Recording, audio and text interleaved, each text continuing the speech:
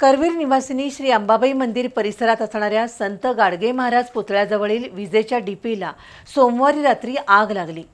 समय सूचकता दाखवून ही आग त्वरित आटोक्यात आणली असली तरी त्यातून श्री अंबाबाई मंदिराच्या सुरक्षेचा प्रश्न पुन्हा ऐरणीवर आलाय।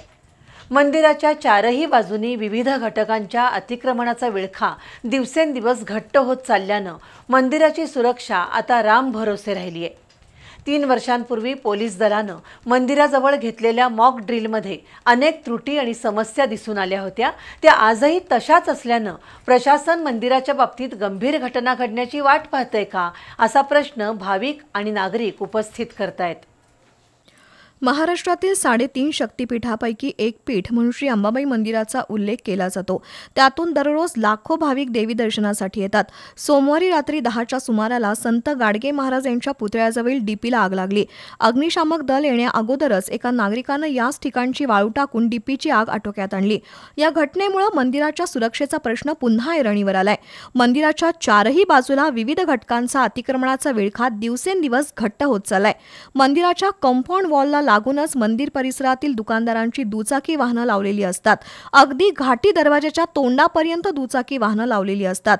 त्याचबरोबर सरलष्कर भवन समोरून सुद्धा दुचाकी वाहनांची मोठ्या प्रमाणावर वाहतूक सुरू असते। गाडगे महाराज यांच्या पुतळ्याला लागूनच रिक्षा स्टॉप आहे।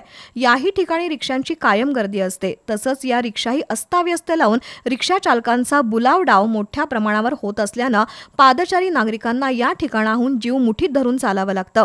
सुरक्षेच्या कारणास्तव मंदिराच्या कंपाऊंड वॉलला लागूनच काही खाजगी व्यक्तींचे असणारे मोफत चप्पल स्टँड प्रशासनानं हलवले। मात्र त्याच ठिकाणी देवस्थान समितीचे लॉकर्स आणि चप्पल स्टँड मोठ्या प्रमाणावर आहे। दहशतवाद्यांच्या हिटलिस्टवर श्री अंबाबाई मंदिर असल्याच्या बातम्या पेरल्या जातात।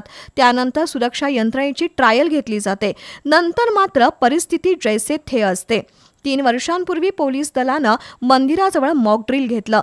त्यावेळी रुग्णवाहिका, अग्निशामक दल, पोलीस दल यांच्यासह मदत आणि बचाव कार्याला पोहोचण्यासाठी अतिक्रमणांचे असंख्य अडथळे पार करावे लागले। मात्र यातून कोणताही बोध न घेता आजही मंदिर परिसरातील परिस्थितीत फरक पडलेला नाही।